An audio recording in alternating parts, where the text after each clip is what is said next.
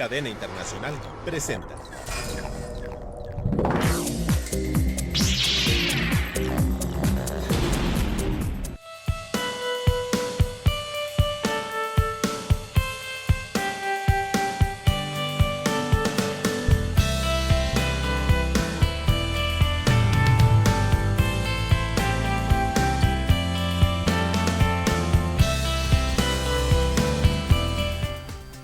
Hola, ¿cómo están? Bienvenidos a Contacto Paralelo. Yo soy Carmen Escalante y estamos aquí en Cadena Internacional Televisión, en donde cambiamos el enfoque siempre mirando a nuestro alrededor, mirando a nuestro medio. Porque qué importante es ver las cosas no solamente para uno mismo, siempre debemos de ver para los demás, debemos de ver para nuestro entorno, y nuestro entorno no solamente en el tema ambiental, también debemos de ver por nuestra sociedad y cómo podemos nosotros desde aquí ir contribuyendo a nuestro entorno. ¿Cómo? Dejando un granito de arena, dejando una semillita, dejando un legado. Últimamente traigo yo esta idea de que todo lo que hago en mi vida quiero verdaderamente plasmarlo, dejarlo y dejar justamente un legado. Ahora bien, estamos el día de hoy con una persona increíble, fantástica, que a mí particularmente, que yo admiro mucho. Muchas gracias. Un financiero que hoy día se dedica justamente a esto, a educar a la gente, a educar a las empresas para que tengan responsabilidad financiera. Él es Javier González de la Torre, es experto en finanzas y tiene un programa muy lindo que se llama Vive tu Futuro. Hola Javier, ¿cómo estás? Muchas gracias, Carmen. Muy bien, ¿tú? Muy bien, muchas gracias. Bienvenido a este espacio. Muchas gracias por la invitación. No, ¿de qué, Javier? Oye, pues mira, la verdad es que desde que me platicaste todo lo que haces, me quedé pues muy intrigada para entender cómo haces tú para enseñarle a las empresas a ser socialmente responsables financieramente con sus empleados. ¿Cómo es que estás educando a las empresas para que suceda de esta manera? Gracias, Carmen, por la pregunta. Pues mira, al final del día, el empresario lo que hace normalmente es educa a los empleados para que sean más productivos para la empresa. Que Bien. Gasten menos, que trabajen mejor con menos tiempo, que hagan más cosas, que incrementen las ventas. Uh-huh. Sin embargo, se les olvida la parte más importante, que es que el empleado también come. Entonces, nosotros tenemos un programa que se llama Vive tu Futuro, que lo orientamos a que el empleado también tenga una independencia financiera, de tal suerte que enseñamos al empleado a cómo invertir, cómo gastar y cómo planear su futuro en base a sus metas personales y familiares. Entonces, esto es una plática, un curso, un taller uh-huh. que damos a los empleados de la empresa, y los empleados están muy agradecidos con la empresa porque es la primera vez que nos dan una plática más para cuidarnos nuestro futuro que para cuidar el futuro de la empresa. Que eso es buenísimo, porque al final lo que estás generando ahí es lealtad de tus empleados, ¿no? Es correcto. Se enamoran de tu empresa y se ponen la camiseta, ¿no? Exacto. Y a medida que tengan menos problemas financieros los empleados, pues tienen más tiempo para dedicarse a la empresa. A medida que sepan que su futuro se está forjando de una manera positiva y que no están endeudándose innecesariamente porque no saben cómo dejar de endeudarse o no saben cómo invertir, simplemente están ahorrando tal vez 10 pesos, el metódico está ahorrando 10 pesos, pues lo pone debajo del colchón, o 1,000 pesos y lo pone debajo del colchón, a diferencia de enseñarle dónde meter esos 1,000 pesos en base a sus objetivos de corto, mediano y largo plazo. Excelente. O sea, tú les enseñas dentro de estos cursos, dentro de estos talleres, enseñas a cómo saber ahorrar y cómo saber invertir. ¿Y en qué pueden invertir? Es correcto. En qué, dependiendo de su aversión al riesgo y dependiendo de sus planes. Si es porque quieren ahorrar para la boda de su hija cuando cumpla 30 años de edad y tiene 15, o para la fiesta de 15 años cuando tiene 10, o para comprarse su carro, para las vacaciones cada año, o para, lo más importante, para la jubilación. Exacto, es justamente lo que te iba a preguntar. O sea, ¿cómo debemos de prepararnos hoy para estar listos el día de mañana para jubilarnos? Exactamente. Y sabemos que el Seguro Social, los que tenemos la oportunidad de jubilarnos o pensionarnos a través del plan de Seguro Social, tampoco alcanza, porque no es suficiente. Lo peor es que los jóvenes de hoy, y como dice un viejo dicho, el viejo le dice al joven, yo a tu edad yo ya trabajaba. Y el joven le contesta, yo a tu edad seguiré trabajando, porque no tienen un plan de pensiones y menos hicieron un plan para ahorrar para su vejez o para poder disfrutar de su edad. Una cosa es trabajar ya por gusto y una cosa es por necesidad. Claro. Entonces les enseñamos primero a calcular cuáles son los gastos mínimos que se requiere. ¿Qué pasa si hoy se quedan sin trabajo? ¿Cuánto tiempo pueden durar viviendo con el gasto mínimo antes de que encuentren otro ingreso? Y luego, bueno, ¿cuánto dinero necesito tener invertido para poder cubrir ese gasto mínimo? Bien. Si yo tengo una inversión de suficiente dinero para cubrir ese gasto mínimo siempre, no me pasa nada si me quedo sin trabajo en el sentido estricto de que sé que voy a comer, voy a pagar la renta, voy a pagar la colegiatura de mis hijos, etcétera. No voy a tener lujos, pero yo ya tengo el gasto mínimo. Y mucha gente ni siquiera sabe cuál es su gasto mínimo. Claro, sí. O sea, ¿cuál es lo mínimo? Porque todos nos vamos a tomar el café, nos vamos a los restaurantes y gasto mucho. Pero ¿cuál es el mínimo que se necesita obligatoriamente? Que son las colegiaturas, el mantenimiento de la casa, que son tus indispensables, renta, ¿no? Sí, mínimo que no, menos de eso ya empiezas a tener problemas pues, hasta con tu cónyuge, con los hijos, hasta con los hermanos, ¿verdad? Porque empiezas a pedir prestado a nivel personal y la gente te empieza a hacer el fuchi. Sí, caray.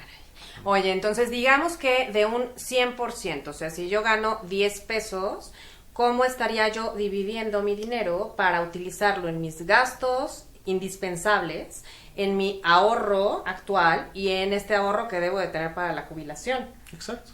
¿Debo de dividirlo así, en 3 partes? Va a depender otra vez, si tú ya tienes un patrimonio, si ya tienes tu carro, ya tienes tu casa pagada, bueno, es un tema. Pero si vives pagando renta y quieres comprar tu casa, bueno, es una estrategia diferente, ¿sí? A que si ya tienes tu casa pagada o heredaste una casa, que también llega a suceder en las mejores familias. ¡Qué suertudos! Suertudos, sí, no va a ser mi caso, pero bueno. No va a ser tu caso, pero de acuerdo. Entonces, de esta manera ya tienes una planeación financiera a futuro. Eso es parte. La otra parte es la protección del patrimonio que yo ya tengo. ¿Qué sucede? Si yo gano X y gasto y voy bien, soy muy mesurado, pero me toca un accidente, una enfermedad, donde entro uno al hospital y la primera noche ya son 50,000 pesos en urgencia. Sí, eso es una barbaridad. Y dicen, ¿y de dónde saco? Bueno, existe el plástico, que todo el mundo dice que es para emergencias, pero no es lo ideal. ¿Cómo proteger el patrimonio que tengo actualmente? ¿Sí? ¿Cómo evitar eso? Pues a través de esquemas como seguros, por ejemplo, como un mutuo. Hay diferentes alternativas para proteger el patrimonio actual o evitar endeudarse más en el futuro. Sí. Entonces existen seguros de gastos médicos mayores, existen seguros de responsabilidad civil, existen seguros de la casa, incendio, hay mucho tipo de seguros y no todo es para todos, no hay que sobreasegurarse. También el famoso seguro de vida, obviamente, ¿no? Porque también, no sé si uno quiere dejarle a los hijos algo que no tengan que trabajar a los 5 años de edad. Claro. No es lo mismo cuando los hijos tengan 5 que cuando tengan 25, ¿no? Entonces también el seguro cambia, no hay una regla, dice, ¿con cuánto me debo de asegurar? Pues depende del cónyuge, si es profesionista, si puede trabajar, y si los hijos tienen 5 años, 15 o 20. Claro. Cambia mucho el tipo de seguro y a qué plazo lo quieren tener. Ahora, ¿sí lo pensarías tú entonces como un seguro, como un indispensable? Sí. Bueno, va uno a decir, uno tiene no es indispensable, es la alternativa. Claro, para estar tranquilo. Pago yo el daño. Es decir, ¿qué pasa si entro al hospital y me cuesta $1,000,000 una enfermedad del corazón? Tengo el $1,000,000 y uso ese ahorro, o aún teniendo el $1,000,000 me contrato un seguro que me va a costar, no sé, 20, 30,000 pesos al año, y cuando lo uso simplemente pago el deducible y sigo teniendo tal vez ya no 1,000,000, sino 900, ¿no? Porque me gasté 100,000 hay cosas que el seguro no cubre, ¿no? O quieren entrar en un hospital de lujo, el seguro dice, yo no te pago el lujo, te pago lo que necesitas, ¿no? Hay diferentes tipos de seguros. Hay seguros para el extranjero, hay seguros, o sea, para atenderse en el extranjero. Para atenderse en el extranjero. Hay seguros también cada básicos. quien lo hace en base a sus posibilidades, ¿no? Y vamos a decir, a sus creencias personales. Si creen que la medicina es mejor en otro lugar que aquí, dependiendo de la enfermedad, o si cree uno que la atención médica es eso. Que es un tema curioso y hago un pequeño paréntesis. En México existe el concepto de turismo médico y el turismo médico viene mucho extranjero a atenderse a México. Y muchos mexicanos de que se vaya teniendo aquí muy buenos hospitales y médicos, ¿no? Y a costos muy razonables. Bien. Oye, Javier, ¿y cómo haces para cuidar tu dinero, para invertirlo y para que eso te genere rendimiento el día de mañana? ¿En dónde inviertes? Bueno, hay muchos instrumentos, hay fondos de inversión que son desde muy conservadores hasta de alto riesgo. Los conservadores siempre están invertidos en papel gubernamental. Esto es CETES, M10, diferentes bonos gubernamentales que son los más seguros. Sí. Hay otros que dicen yo quiero más interés y eso genera más riesgo. Estoy dispuesto a mayor riesgo. Entonces ya empieza uno a invertir en la bolsa, empieza uno a invertir en papel comercial, empieza uno a invertir tal vez en metales y mucho va a depender del tiempo que uno quiere vivir. No es lo mismo un muchacho de 25 años de edad que empieza a invertir en instrumentos de alto riesgo a un señor de 60 años de edad que empieza a invertir en alto riesgo. Si el de 25 años si pierde todo su patrimonio a los 30, pues tiene 30 años para recuperarse. El de 60 ya no tiene ese tiempo. Entonces, mucho depende nuevamente de la versión del riesgo y la edad de la persona y nuevamente sus objetivos. Si su objetivo es tener una independencia financiera a la edad de 40 años, le ayudamos a hacer un cálculo de cuánto necesita ahorrar de su ingreso actual, cuánto necesita ahorrar para que a los 40 ya tenga por lo menos ese gasto mínimo indispensable funcionando, o un poquito más, donde ya... Imagínate, Carmen, que te dijera yo, oye, si no tuvieras que trabajar, que yo sé que no es tu caso, pero si no tuvieras que trabajar, ¿a qué te dedicarías? Si tuvieras un ingreso flujo... a viajar como loca por todos lados, qué padre. Bueno, entonces, si esa es tu meta y eso lo quieres hacer a X edad, te ayudamos a planear eso para que tú dices, ahora sí, a la edad que yo quiero empezar a viajar como loca, pues lo puedo hacer. Como loca o como cuerda, ¿verdad? También estaría mejor. Ser. Sí, como la señora esta de 70 años de edad argentina que se va viaja a Europa, pero se va a estos hostales y se le vive a toda, están puros jóvenes, ¿no? Pero ella viaja precisamente y tiene el ingreso para poderlo hacer. Y viaja de mochila, o sea, es pura mochila. Padrísimo, pero porque tuvo una planeación financiera. Sí, y porque no tiene el dinero para irse a hoteles de lujo. Nunca fue su intención, ella sí quería hacerlo así. Entonces, el tema es que hay unos que quieren ser artistas, otros quieren ser otra vez deportistas. Y dicen, ya no lo fui de joven, pero pues aunque sea me meto en hacer el deporte que siempre quise, alpinismo, alguna cosa que siempre quise hacer, pero por el trabajo, los hijos, la familia y todo, no lo pude hacer, ¿no? Claro, que además esta libertad financiera o esta planeación financiera es lo que el día de mañana te va a ayudar a que cumplas pues tu propósito, vaya, justo lo que dices. O sea, si verdaderamente mi placer y mi gusto es pintar, ¿no?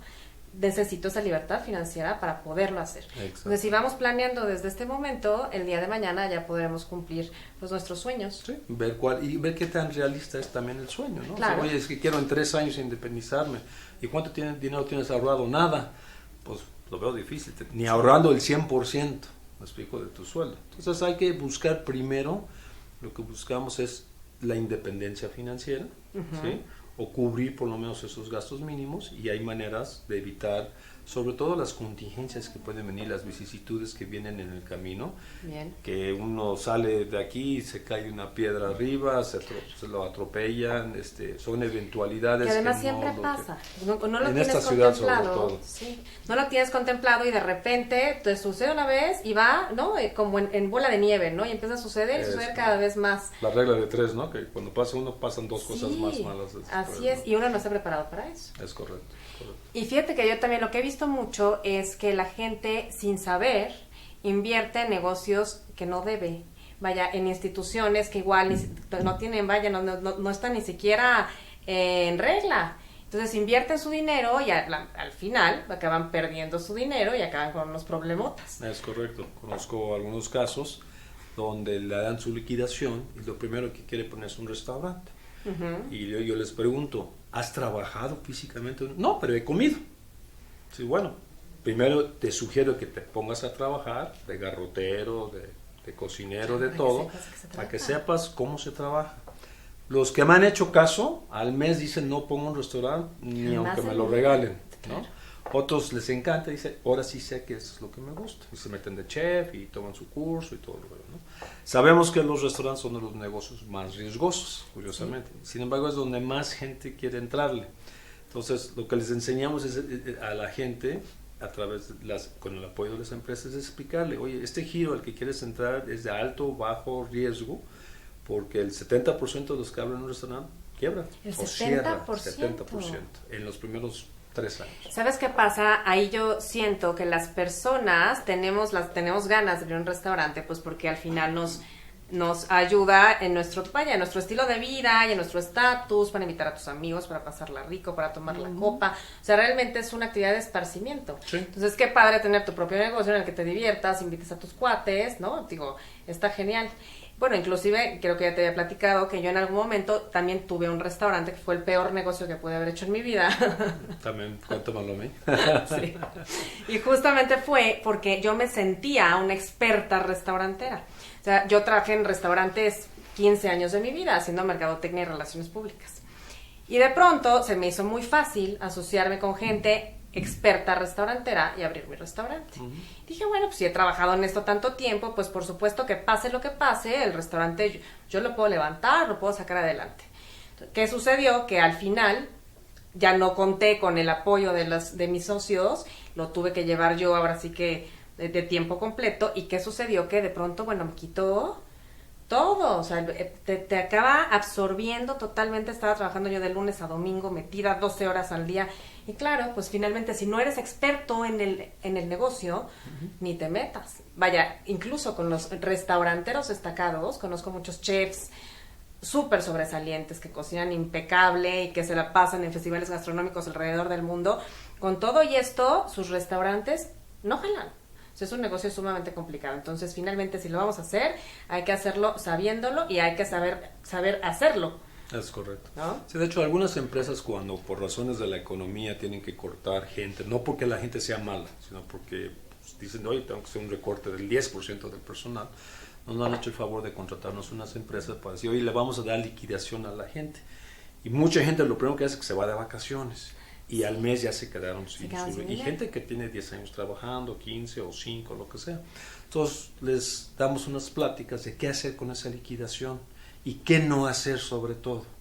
Y ayudarles a tener idea qué van a hacer en los próximos 2-3 meses, que ahora que no tienen trabajo, ¿no? Y a muchos nos han comentado que pensaban hacer ciertas cosas, pero gracias a la plática se dan cuenta que qué bueno que no lo van a hacer, porque entran... muchos lo típico es poner un restaurante, una fonda, una cosa así. Otros es irse rápidamente de vacaciones o comprarse un carro nuevo, ¿no? Entonces les ayudamos a pensar, hacemos un ejercicio a través de videos y a través de experiencias de todos, de qué pasa si, cuándo pasa y cómo pasa. Y ahí es donde se llegan a percatar de que a lo mejor me pongo tranquilito porque parece que se sacaron la lotería. Sí, ¿no? claro. O sea, les dan a alguien que tiene 10 años trabajando, pues les dan sus 3 meses más 20 días, son 200 días, son 209, es casi un año de sueldo. Dice, ya le hice, ya soy rico, ¿no? Nunca han visto tanto dinero junto. Nomás que esos 290 días se les va en 4 meses, se les va el sueldo. Claro, se emocionan, no tienen educación financiera y empiezan a gastarlo. A gastarlo más que a invertirlo. Más que invertirlo. Y luego, y además mágicamente llegan muchos amigos. ¿Sí? Y se desaparecen en el mes 5, ¿no? Exacto, eso rápido. A todos nos ha pasado, ¿no? Que cuando estamos exacto. bien y estamos generando mucho negocio, ahí están todos. Ahí están y cuando de pronto el negocio se acaba, ¡fum! Se esfuman los amigos. Sí, y los que te acaban a deber, ya ni siquiera te van a pagar, ¿no? Sí. Ese es el tema.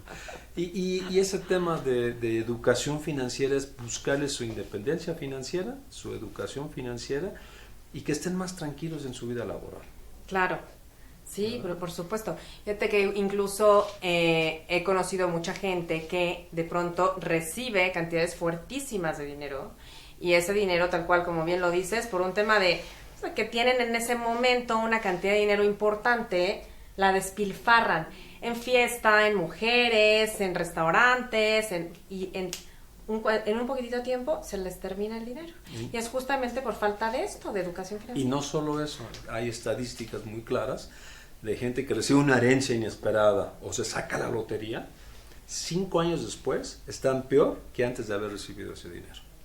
O sea, si debían 100 y entonces pagan sus deudas, se van de farra, como tú dices, y 5 años después ahora deben 1000.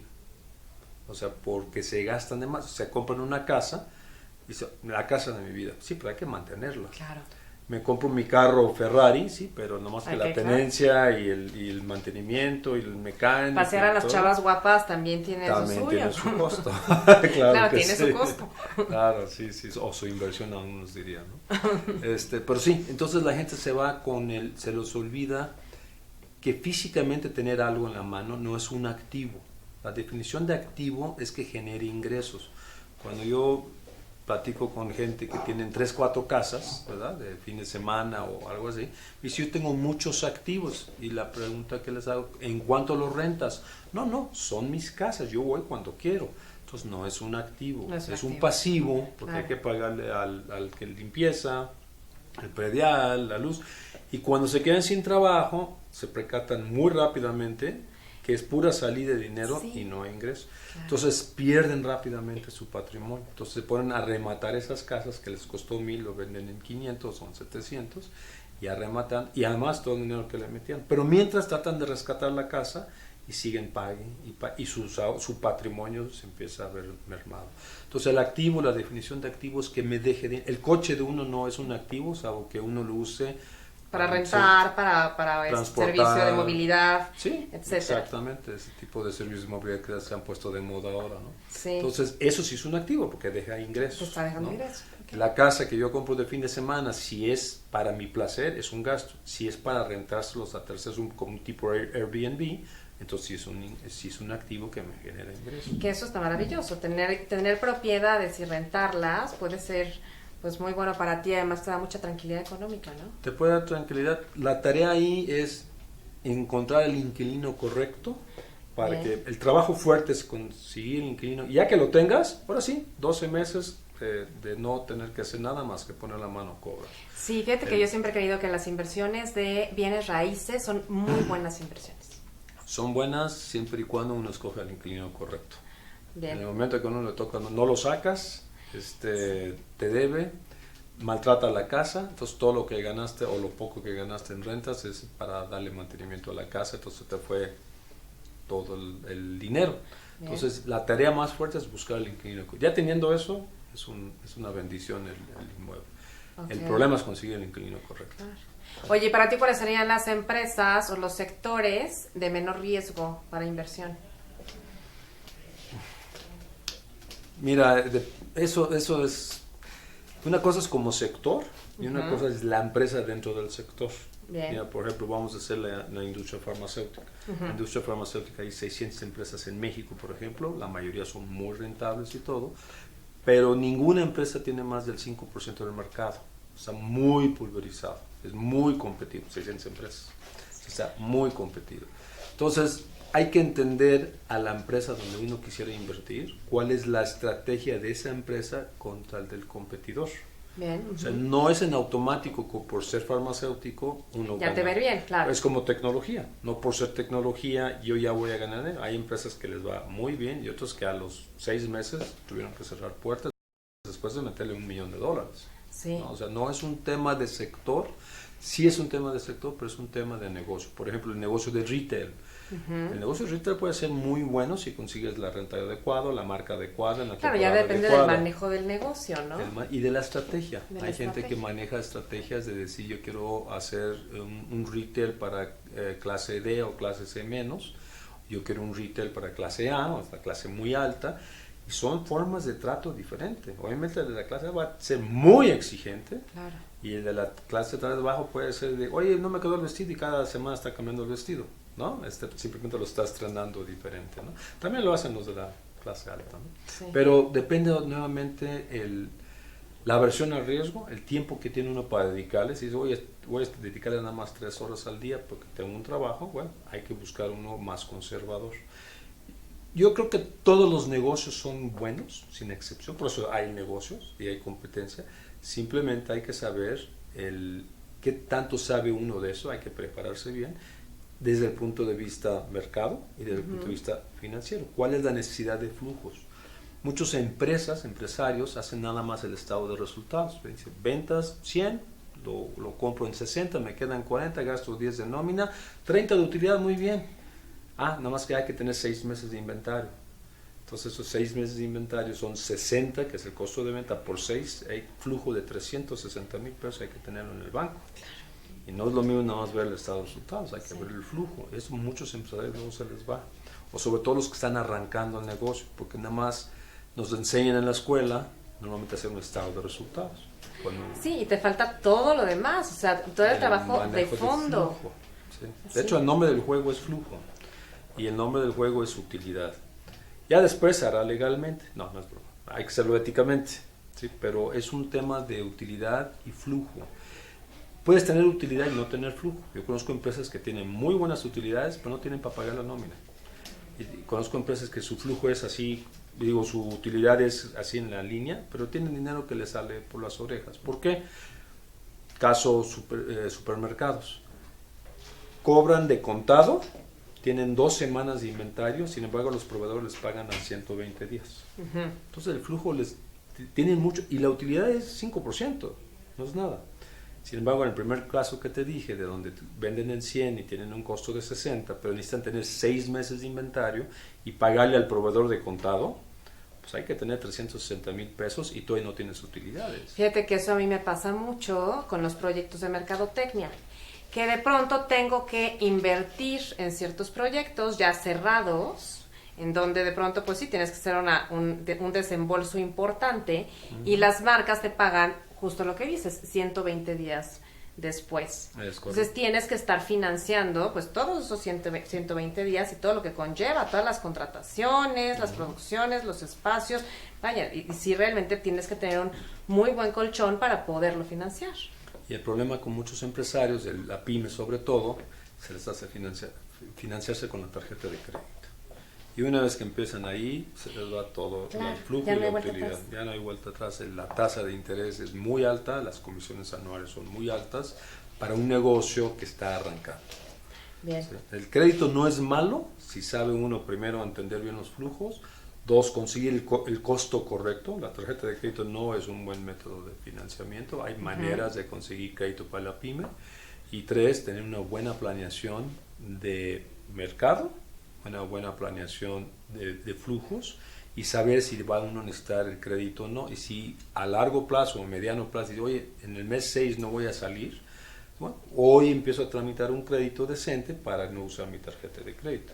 Entonces, constantemente hay que estar proyectando. Una cosa más. El contador no es un financiero. Yo soy contador, entonces puedo criticar el Los contadores son normalmente buenos historiadores de qué es lo que pasó y son muy buenos para temas fiscales.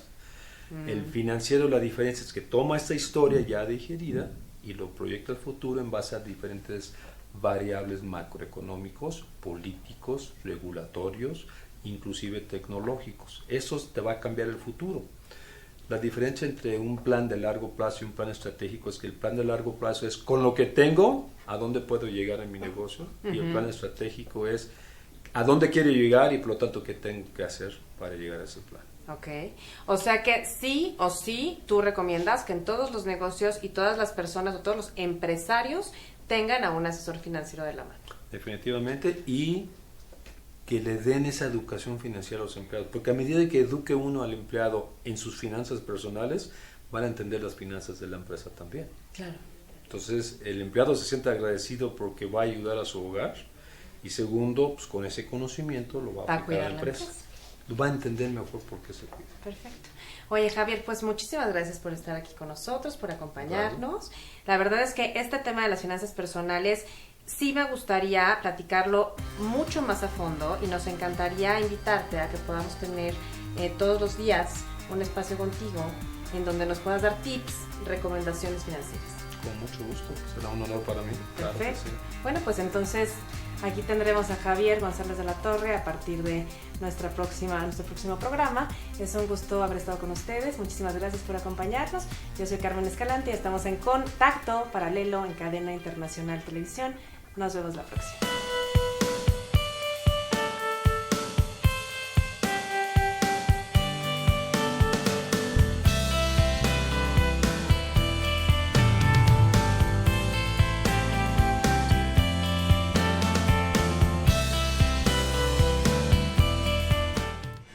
Cadena Internacional presentó.